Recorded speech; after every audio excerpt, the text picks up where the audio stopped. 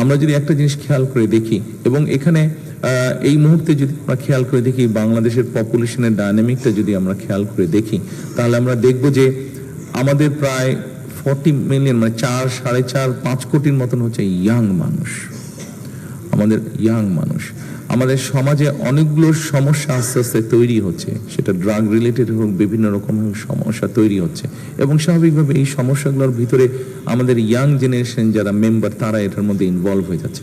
এখন কথা হচ্ছে যে কেন তারা হচ্ছে, কি কারণে তারা হচ্ছে? অনেকগুলো কারণ থাকতে পারে, আমরা হয়তো সব কারণ আলোচনা করলে মেইন বেসিক কয়েকটি কারণ যদি আমরা আলোচনা করি, ইয়াং জেনারেশনের মেম্বার যারা এরকমভাবে ডিরেলড হয়ে যাচ্ছে বা বিভিন্ন কিছুতে ইনভলভ হয়ে যাচ্ছে, একটি কারণ হচ্ছে যে স্বাভাবিক বয়স যখন কম থাকে, ইয়াং থাকে, তার যে এনার্জিটা থাকে, তার যেই শারীরিক এবং মানসিক যে এনার্জিটা থাকে, এটা তো কোথাও তাকে বার্ন করতে হবে। আপনি যখন তাকে সেই স্কোপটা না দিবেন, তখন তো সেটা সে স্বাভাবিকভাবে এমন কোনো এক জায়গায় সে বার্ন করবে যেটা তার জন্য বা সমাজের জন্য বা পরিবারের জন্য ভালো না। আমরা আমাদের এডুকেশন, আমরা ইনশাল্লাহ গভর্নমেন্ট ফর্ম করতে সক্ষম হলে আমাদের এডুকেশন, স্পোর্টস, কালচার এবং সায়েন্স, এই কয়েকটাকে নিয়ে আমরা একটা কম্বাইন্ড একটা কাজ করতে চাইছি। অর্থাৎ যেটা করতে চাইছি সেটা হচ্ছে যে আমরা স্পোর্টসটাকে প্রফেশনালিজমের মধ্যে নিয়ে আসতে চাইছি। আমাদের যেমন ডাক্তার তৈরি হবে, আমাদের ছেলেমেয়েদের থেকে যেরকম ডাক্তার তৈরি হবে, আমাদের ছেলেমেয়েদের থেকে ইঞ্জিনিয়ার তৈরি হবে, আর্কিটেক্ট তৈরি হবে, লয়ার্স তৈরি হবে, ঠিক আমাদের ছেলেমেয়েদের মধ্যে থেকে প্রফেশনাল ফুটবলার হতে পারে, প্রফেশনাল ক্রিকেটার হতে পারে, প্রফেশনাল বাস্কেটবল প্লেয়ার হতে পারে। কেন হতে পারবে না? অন্য দেশের বাচ্চারা হতে পারলে কেন আমাদের দেশের বাচ্চারা হতে পারবে না? আমাদের দেশের বাচ্চাদের মধ্যে ভালো আর্টিস্ট তৈরি হতে পারে। আমরা যেটা করতে চাইছি, এডুকেশন সিস্টেমটাকে আমরা একটু রিঅর্গানাইজ করতে চাইছি। কেমন সেটা সংক্ষেপে আপনাদের সামনে আমি তুলে ধরি।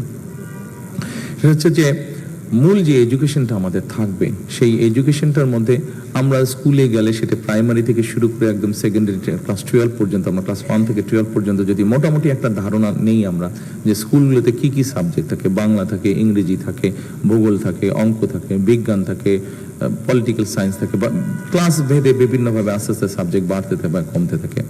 আমরা যেটা চিন্তা ভাবনা করছি যে আমরা বাচ্চাদেরকে, বাংলা তো আছে, বাংলার পাশে আমরা ইংরেজি ল্যাঙ্গুয়েজটার উপরে একটু জোর দিতে চাচ্ছি।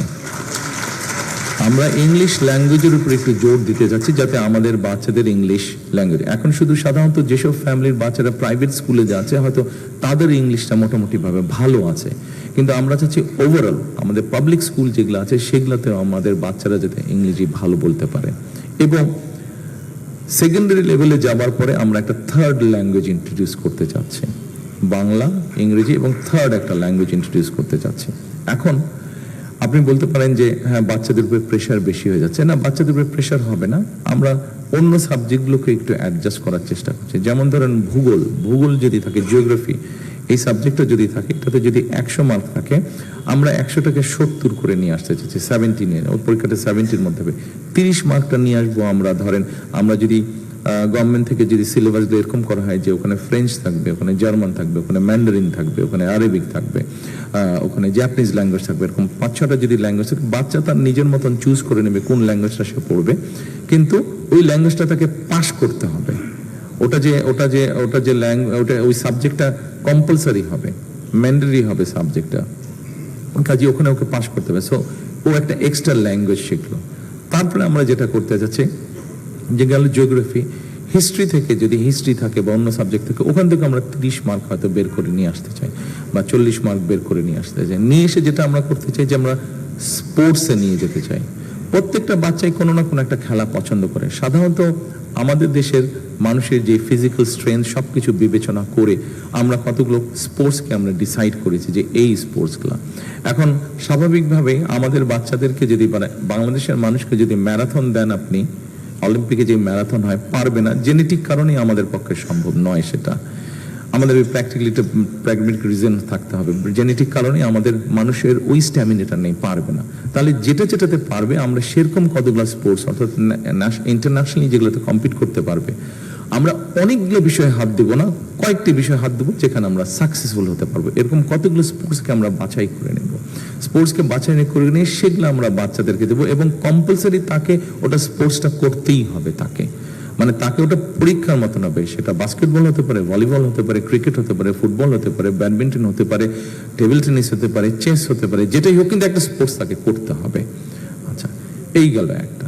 এরপরে আমরা চাচ্ছি যে আমাদের বাচ্চাদেরকে আমরা আর্ট এবং কালচারে, দেখুন যে কোনো মানুষ শুধু যে একটা সার্টিফিকেটের জন্য পড়ালেখা করলো, খুব ভালো মার্ক পেলো, কিন্তু তার মধ্যে যদি আর্ট না থাকে, কালচার না থাকে, তাহলে আমি মনে করি যে পরিপূর্ণ মানুষ হচ্ছে না। কেন থাকে একটা মানুষের ভিতরে আর্ট এবং কালচার থাকতে হবে, তার ভিতরে ওই নলেজটা থাকতে হবে।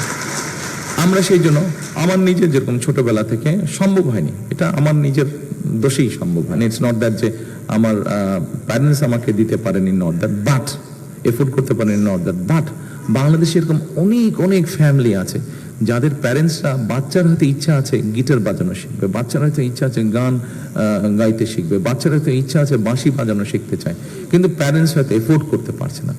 আমরা এই ব্যবস্থাটা গভর্নমেন্ট বা স্টেট থেকে আমরা করতে চাই। আমরা এরকম কতগুলো মিউজিক থাকবে, আর্ট থাকবে, ছবি আঁকার ব্যবস্থা থাকবে, অর্থাৎ তাকে কোনো একটা করতে হবে, এবং এটাও হয়তো আরেকটা সাবজেক্ট থেকে মার্ক নিয়ে এসে এখানে আমরা দেবো।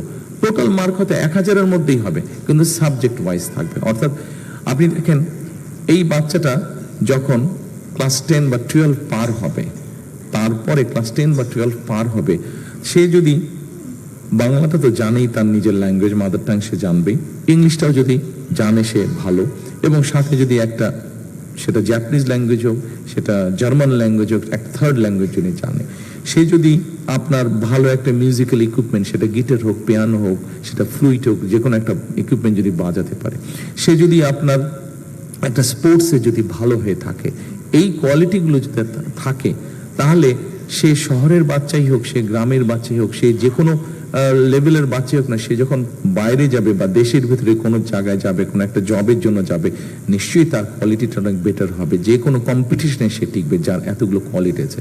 এটা আমার সেন্স বলে, আমার মনে হয় আপনারা খুব একটা ডিসএগ্রি কেউ করবেন না।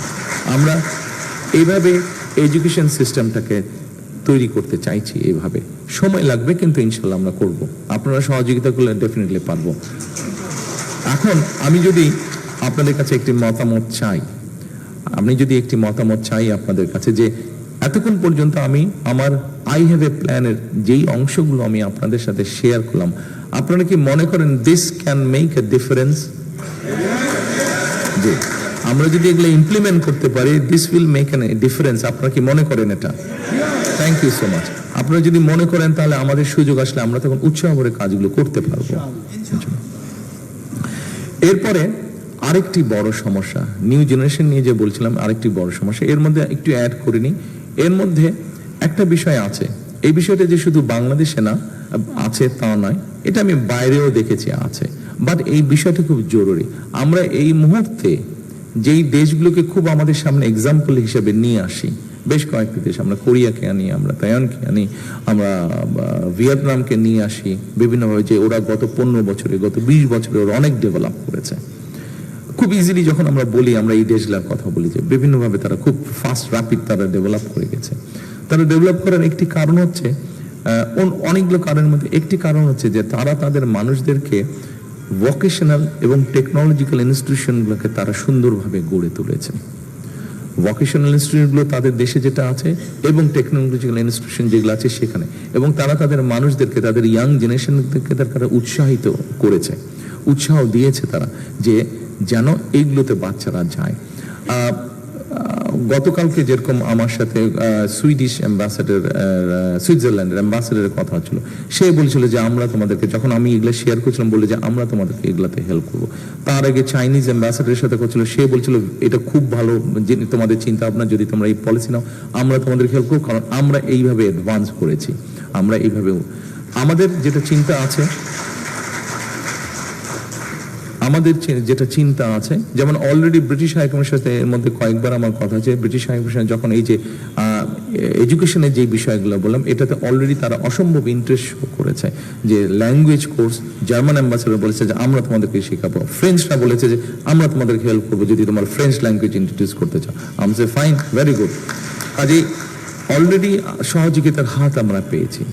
আমরা যেটা মোটামুটি ভাবে চিন্তা ভাবনা করেছি, যে আমরা সিলেবাসটাকে যখন রিঅর্গানাইজ করব, প্রাইমারি স্কুল থেকে একদম ক্লাস 12 পর্যন্ত, আমরা ক্লাস 8 পর্যন্ত, আমরা ক্লাস 5 থেকে শুরু করে ক্লাস 8 পর্যন্ত আমরা থিওরিটিক্যাল জিনিসগুলো শেখাবো বাচ্চাদেরকে, বিভিন্ন ভোকেশনাল, সেটা ইলেকট্রিক্যাল হতে পারে, সেটা মেকানিক্যাল হতে পারে, বিভিন্ন ভোকেশনে বিভিন্ন থিওরিটিক্যাল শেখাবো। এবং ক্লাস 9 থেকে ক্লাস 12 পর্যন্ত আমরা প্র্যাকটিক্যাল নলেজগুলো তাদেরকে, প্র্যাকটিক্যাল ক্লাসগুলো শুরু হবে ক্লাস 9 থেকে।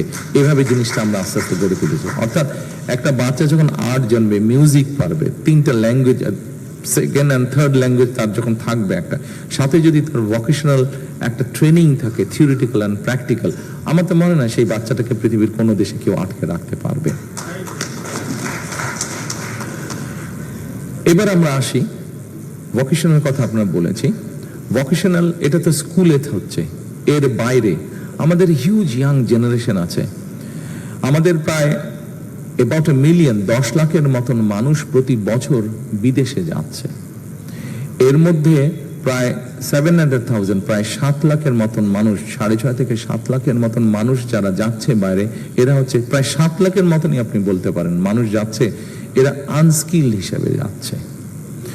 ফলে এরা যে যাচ্ছে, এরা বেচারারা পরিশ্রম করছে, এই মানুষগুলো পরিশ্রম করছে, পরিশ্রম করে ডলার দেশে পাঠাচ্ছে, কিন্তু ভ্যালু অ্যাড হচ্ছে না, ভ্যালু অ্যাড হচ্ছে না। আমরা যদি একটু রিজনাল হিসেবে দেখি, দেখবেন যে মিডল ইস্টেই বেশি যাচ্ছে। এবং মিডল ইস্টে কোন এলাকার অধিকাংশ মানুষ যাচ্ছে, বাংলাদেশের কোন রিজনের মানুষ যাচ্ছে? চিটাগং বেল্টের মানুষ। আপনি যদি মক্কা যান, মদিনা যান, সাউদি আরবের বিভিন্ন জায়গায় যান, মিডল ইস্টে দেখবেন যে ম্যাক্সিমাম মানুষ চট্টগ্রাম, নোয়াখালী, কুমিল্লা এই অঞ্চলের মানুষ বেশি যাচ্ছে। আপনি যদি ইটালিতে যান, ইটালিতে আপনি দেখবেন যে অধিকাংশ বাংলাদেশের সাথে দেখালে, 10 জনের সাথে দেখালে দেখবেন 7 জন মানুষ কোন অঞ্চলের বলেন তো? ইয়াস, ফরিদপুর, শরীয়তপুর, এই অঞ্চলের মানুষ বেশি যাচ্ছে। আমরা যেটা আমাদের প্রাইমারি চিন্তা ভাবনার মধ্যে আছে, আমরা অলরেডি গভর্নমেন্টের একটা ডিপার্টমেন্ট আছে, এই ডিপার্টমেন্টটা আপনার কাজ করে এই ধরনের কাজ করে, মানে বিদেশে পাঠানো। কিন্তু ওই ডিপার্টমেন্টের একজনের সাথে আমি প্রায় কয়েক মাস আগে আলাপ করেছিলাম, তাদেরকে সেভাবে গভর্নমেন্ট থেকে এনকারেজ করা হয়নি, তাদের বিভিন্ন জিনিস আটকে আছে। যেমন আমাকে উদাহরণস্বরূপ বলছিল যে বেশ কিছুদিন আগে সাউথ কোরিয়া থেকে একটা টিম এসেছিল। সেই টিমটা এসে তারা খোঁজ করছে, তারা তারা ওয়েল্ডার চাচ্ছে। ওয়েল্ডার মানে ঝালাই করবে একটার সাথে একটা ঝালাই। আপনাদের মনে হতে পারে ব্যাপারটা তো খুব ইজি, কিন্তু তারা খুঁজে পায় নাই। এটা আপনার কাছে মনে হতে পারে যে তাহলে হয়তো সবারই মনে প্রশ্ন আসবে, এটা নিশ্চয়ই তারা ঠিকভাবে খোঁজে নেয়। নাহলে আমাদের রাস্তাঘাটে চলতেই দেখি কত ওয়েল্ডার, দোকানপাটে দেখছি যে এই যে ওয়েল্ডিং করছে, গাড়ির জিনিসপত্র ওয়েল্ডিং করছে। না, তারা খুঁজছিল আন্ডার ওয়াটার ওয়েল্ডার। পানির নিচে ওরা জাহাজ তৈরি করে, পানির নিচে ওয়েল্ডিং করবার কাজ, এবং একজনও খুঁজে পায় নাই। আপনাদের সকলকে আমি বলি, তাদের স্যালারি কত ছিল জানেন? $3,000 US ডলার, 3,000 তারা যদি পেত। পরে তারা বলেছে যে ভাই আমরা নিজেরাই তৈরি করে নেব, তোমরা আমাদেরকে লোক দাও। তো এখন যেই ডিপার্টমেন্টেরটার কথা বলেছিলাম, আমি বললাম যে ভাই তোমরা কি আমাদেরকে একটা হেল্প করতে পারবা? বলে স্যার বলেন কি হেল্প? আমি বললাম যে আমাদের নর্মালি যে মানুষগুলো যে যাচ্ছে, এই মানুষগুলো যারা যেখানে যাচ্ছে, আগামী 5 থেকে 10 বছর পৃথিবীর কোন কোন দেশে কি কি ধরনের চাকরি বাকরির চাহিদা আছে, আমাদেরকে কি এরকম কোন একটা স্ট্যাটিস্টিক্স তৈরি করা, রিসার্চ তৈরি করা সম্ভব? তারা আমাকে বললো যে ইয়েস স্যার, পসিবল, এটা পসিবল। আমরা ওই কাজটি মোটামুটি চেষ্টা করছি করার জন্য, এবং এক্ষেত্রে আমরা আমাদের এমবাসি লাগবো, তাদের ব্যবহার করবো, এবং তাদেরকে আমাদের যেটা পরিকল্পনা আছে তাদেরকে আমরা টার্গেট দিয়ে দিব যে তোমার এখানে আগামী, সে ধরেন মিডল ইস্টে, সৌদি আরবে ওরা এক্সপ্যান্ড করছে, অনেক ইনফ্রাস্ট্রাকচার তৈরি করছে, তাদের বিভিন্ন রকম ইঞ্জিনিয়ার লাগবে, ওয়েল্ডার লাগবে, বিভিন্ন রকম প্লাম্বার লাগবে, কি ধরনের কেমন লাগবে সেটি তারা তৈরি করছে। যেমন ধরেন আমরা জাপানের কথা যদি তুলনা করি, এই মুহূর্তে আমরা যদি জাপানের পপুলেশন ডায়নামিক দেখি, তাহলে তাদের কি ধরনের পপুলেশন। আমাদের এখানে যখন ইয়াং পপুলেশনের সংখ্যা বেশি, almost half of the population বলা যায়, অ্যাটলিস্ট হাফের কাছাকাছি মোটামুটি। জাপানে কিন্তু আপনারা নিশ্চয়ই অনেকেরই ধারণা আছে, জাপানে ঠিক অপোজিট, কিন্তু ওখানে এল্ডারলি মানুষের সংখ্যা বেশি, ইয়াং পপুলেশন সংখ্যা কম। এখন এই কারণে দুটো সমস্যার মধ্যে জাপান পড়ে গিয়েছে। কি সমস্যায় পড়ে গেছে? এক, তাদের ফার্মিং ল্যান্ডগুলোতে তারা প্রপার লোক পাচ্ছে না ফার্মিং ল্যান্ড ফার্মিং এর কাজ করার জন্য। দুই, যেহেতু এল্ডারলি মানুষের সংখ্যা ওখানে বেশি, সেই জন্য তাদের কেয়ারার প্রয়োজন। নেপাল থেকে চলে যাচ্ছে মানুষ জাপানে কেয়ারের কাজ নিয়ে, ইন্দোনেশিয়া থেকে চলে যাচ্ছে, বাংলাদেশ থেকে যেতে পারছে না, কারণ প্রপার ট্রেনিং এর ব্যবস্থা নাই অ্যান্ড প্রপার ল্যাঙ্গুয়েজ। তাদের একটা গ্রেড 4 একটা এরকম কিছু আছে যে ল্যাঙ্গুয়েজে পার হতে হয়, জাপানিজ ল্যাঙ্গুয়েজে, সেইটা নেই বাংলাদেশে।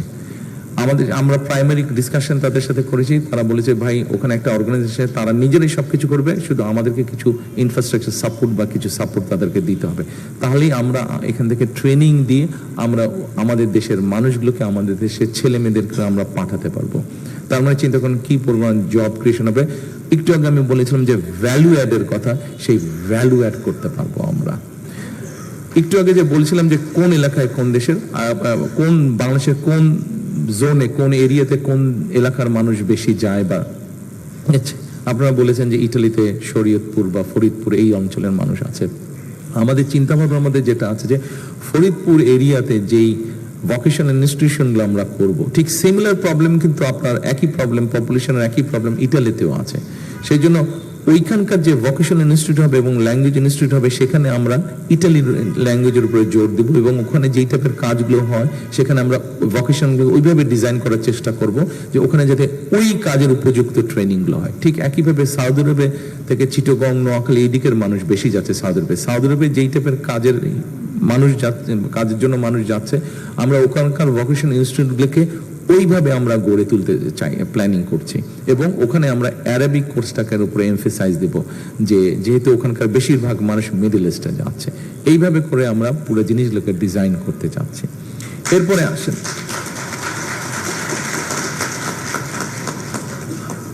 আমাদের এই মুহূর্তে খুব সম্ভব দেশে 3 কোটির মতন বেকার। অফিসিয়াল রেকর্ড, আমার ধারণা আনঅফিসিয়ালি আরো বেশি হবে। বলে যে প্রতি বছর 2 মিলিয়নের মতন মানুষ অ্যাড হচ্ছে এটার সাথে, কাজে সবকিছু মিলালে এটা সংখ্যা অনেক বেশি হবে। এখন আমরা যতই গার্মেন্টস ফ্যাক্টরি করি, যতই এক্সপোর্টের ফ্যাক্টরি করি, এত মানুষকে তো আমরা এইভাবে করে জব দিতে পারবো না। এবং সে কারণেই কিন্তু এতক্ষণ যেই কথাগুলো বললাম যে সকলকে যে আমরা দেশের ভিতরেই সুবিধা দিতে পারবো তা না, দেশের বাইরেও আমরা সুবিধা দেওয়া, দেশের বাইরেও যাতে যেতে পারে সেই ব্যবস্থাটাও আমরা গড়ে তুলতে চাইছি। সেই জন্যই এতক্ষণ আপনাদের সামনে আমি তুলে ধরলাম আই হ্যাভ এ প্ল্যানের একটি অংশ আপনাদের সামনে তুলে ধরলাম। সম্মানিত উপস্থিতিবৃন্দ, সম্মানিত এলাকাবাসী, এরপরে আমাদের ইয়াং জেনারেশনের বিরাট একটা অংশ আছে যারা অনলাইনে কাজ করে। কেউ হয়তো ডাটা প্রসেসিং এর কাজ করছে, কেউ হয়তো ডিজাইনিং এর কাজ করছে, কেউ হয়তো কন্টেন্ট মেকিং এর কাজ করছে। এদের বিরাট একটা অংশের একটা সমস্যা আছে। বিরাট অংশের বলবো কেন, বলা যায় মোটামুটি সকলের একটা সমস্যা আছে। এরা বিদেশে যে কাজ করছে এবং কাজের বিনিময়ে যে পারিশ্রমিকটা তারা পাচ্ছে, সেই পারিশ্রমিকটাকে তারা আনতে পারছে না, দেশে আনতে পারছে না অফিসিয়াল ওয়েতে, প্রপার ওয়েতে। পেপ্যালের কথা আপনারা কম বেশি সবাই জানেন, ধারণা আছে আপনাদের। পেপ্যাল সহ আরো কয়েকটা এরকম ইনস্টিটিউশন আছে যারা এই ট্রানজাকশন গুলো করে। পেপ্যালের এখানে কোনো অফিস নেই। আচ্ছা, আমরা অলরেডি প্রাইমারিলি তাদের সাথে কথা বলেছি, এরকম আরো 2-1টা ইনস্টিটিউট পেপ্যাল সহ তাদের সাথে কথা বলেছি, ভাই তোমরা আসো বাংলাদেশে, আসলে তোমাদেরও যেমন বিজনেস হবে, আমাদের মানুষরা উপকৃত হবে। আচ্ছা, এখন আসেন এই যে যারা আমাদের ইয়াং জেনারেশনের যারা এই কাজগুলো করছে, এদের আপনি খেয়াল করে দেখবেন ইন্টারনেটের একটা সমস্যা আছে। আমরা যেটা মোটামুটি ভাবে চিন্তা করেছি যে ইম্পর্টেন্ট যেগুলা জায়গা আছে, যেমন সে 11 নম্বরের উপরে যদি ইম্পর্টেন্ট মানে ভালো মানে মোটামুটি চলে, ইয়াং ছেলেমেয়েরা যেখানে যায় বসে কাজ করে, সেটা লেখাপড়া হোক, তার জবের কাজই হোক, এরকম জায়গাগুলোতে পাবলিক প্লেসগুলোতে আমরা ফ্রি ওয়াইফাই এর একটা ব্যবস্থা করতে চাইছি। আমরা ফ্রি ওয়াইফাইটা কেমন হবে? ফ্রি মানে পুরোপুরি ফ্রি না, কিন্তু একটু ভিতরে একটা ছোটখাটো রহস্য আছে, ওটা এক্সপ্লেন করছি আপনাদের সামনে। যেমন ধরেন ফ্রি অবশ্যই আপনি পাবেন, ফ্রিটা আপনার হয়তো 1 বা 1.5 ঘন্টার জন্য ফ্রি থাকবে। আপনি যখন লগ ইন করবেন, কতগুলো প্রসিজার আছে, প্রসিজারগুলো মেনটেন করতেই হবে। লগ ইন আপনি করলেন, লগ ইন হওয়ার পরে হয়তো আপনাকে 1 মিনিট বা 1.5 মিনিটের একটা অ্যাড আপনাকে দেখতে হবে। আপনি আপনাকে অ্যাডটা দেখতে হবে, অ্যাডটা শেষ হয়ে যাওয়ার পরে আপনি কানেক্ট হয়ে যাবেন। আপনি 1 ঘন্টা বা 1.5 ঘন্টা আপনি ফ্রি তখন কাজ করতে পারবেন সেটা। আবার 1-1.5 ঘন্টা পরে আবার ওটা ডিসকানেক্ট হবে, আপনাকে আবার লগ ইন করতে হবে, আপনাকে আবার 1 মিনিট বা 1.5 মিনিটের একটা অ্যাড আপনাকে দেখতে হবে। আমরা এইভাবে জিনিসটাকে সেট আপ করতে চাচ্ছি এবং আস্তে আস্তে এটার এক্সপ্যান্ড। আমার ধারণা এই সাপোর্টটা যদি আমরা তৈরি করতে পারি, এই ইনফ্রাস্ট্রাকচার এবং সাপোর্টটা যদি তৈরি করতে পারি, আমাদের ইয়াং জেনারেশনের বহু ছেলে মেয়েকে আমরা হেল্প করতে পারবো। এখন আসুন, একটু আগে যে বললাম তারা যারা কাজ করছে, যেমন ধরেন কন্টেন্ট মেকার যারা কাজ করছে, এই কন্টেন্ট মেকারদের কাজ করতে গিয়ে পেমেন্টের একটা সমস্যা হচ্ছেই তাদের, অথবা তাদের কোনো ওয়ার্ক স্পেস তেমন নাই। যারা ডিজাইনিং এর কাজ করছে তাদের হয়তো ওয়ার্ক স্পেস ঠিকভাবে নাই, যারা ডাটা প্রসেসিং এর কাজ করছে তাদের হয়তো ওয়ার্ক স্পেস নাই। আমরা দেখেছি কয়েক বছর আগে যারা এই দেশ থেকে পালিয়ে গিয়েছে, যারা এই দেশের মানুষের ভোটের অধিকার কেড়ে নিয়েছিল, তাদেরকে আমরা দেখেছি in the name of making IT park অনেক বড় বড় বাংলাদেশের বিভিন্ন জায়গায়, খুব সম্ভবত এরকম প্রায় 43টার মতন আছে, 43টার মতন IT park, in the name of IT park Virat building বানিয়েছিল তারা, কিন্তু ওই বিল্ডিংটাতে কোনো কাজ হয় না।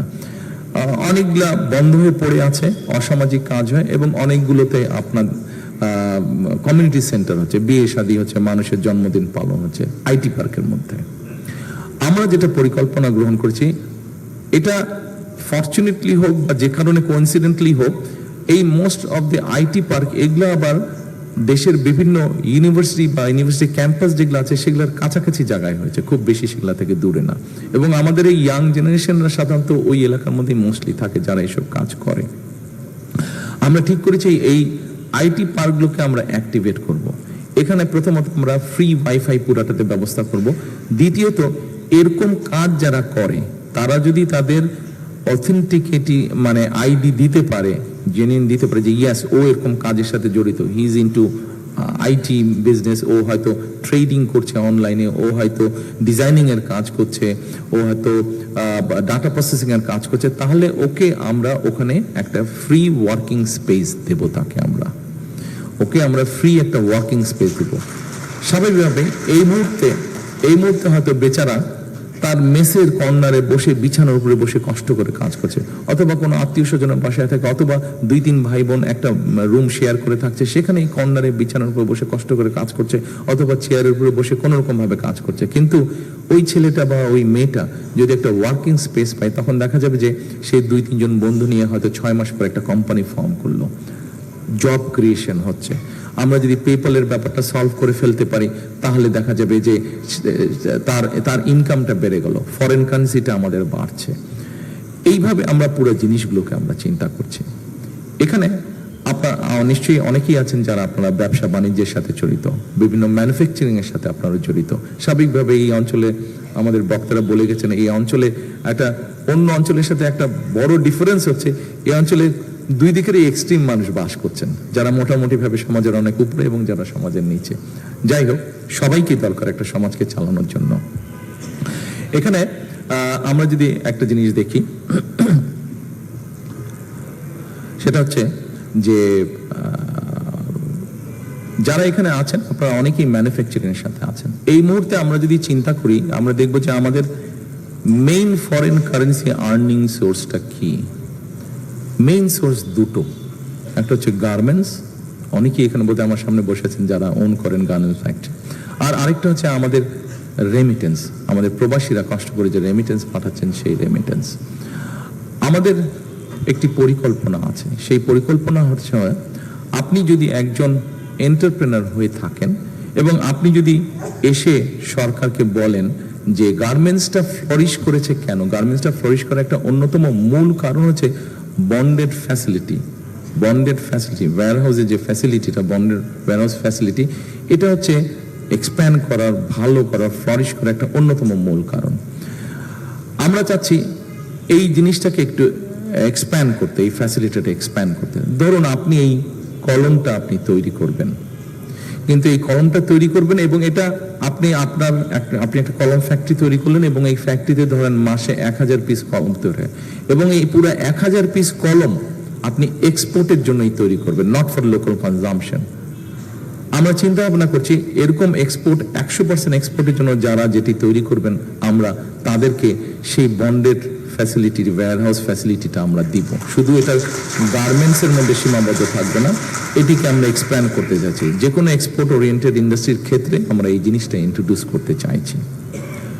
সম্মানিত উপস্থিতিবৃন্দ, সম্মানিত এলাকাবাসী, আই হ্যাভ এ প্ল্যানের এরকম আরো কিছু আছে, আমি বললে রাত হয়ে যাবে, আমি আর বেশি সময় আপনাদের নিতে চাই না। আমি মনে করি যে যতটুকু আজকে এই দোয়া মাহফিল অনুষ্ঠানে আপনারা আমাকে সুযোগ দিয়েছেন, প্রথমে আমি আবারও কৃতজ্ঞতা প্রকাশ করছি আপনাদের সকলের কাছে যে আপনারা এই দোয়া মাহফিল অনুষ্ঠান আয়োজনের মাধ্যমে আমার মরহুম পিতা জিয়াউর রহমান এবং মরহুমা মাতা খালেদা জিয়ার প্রতি যে শ্রদ্ধা সম্মান আপনারা দিয়েছেন তার জন্য আমি আমার পরিবার আপনাদের কাছে কৃতজ্ঞ। আপনাদের প্রতিবেশী হিসাবে, আপনাদের এলাকার অধিবাসী হিসাবে আমি আন্তরিকভাবে আপনাদের সকলের কাছে এবং যে সামাজিক সংগঠনগুলো এই অনুষ্ঠানটি আয়োজন করেছেন, যে নেতৃবৃন্দরা আয়োজন করেছেন, আমি প্রত্যেকের কাছে আন্তরিকভাবে আমি এবং আমার পরিবার কৃতজ্ঞ।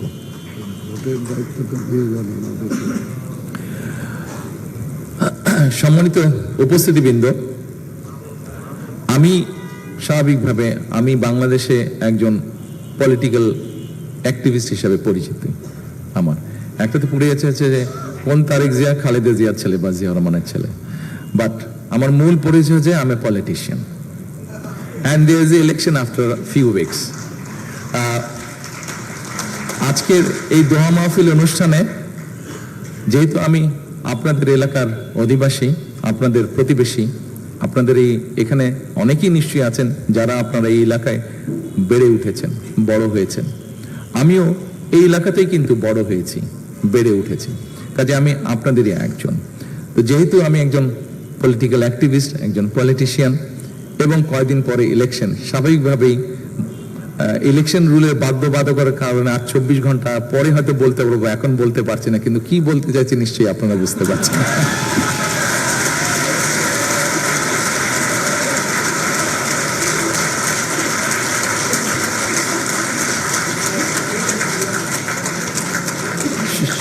সম্মানিত উপস্থিতিবৃন্দ, আমি আপনাদের সকলের সহযোগিতা কামনা করছি।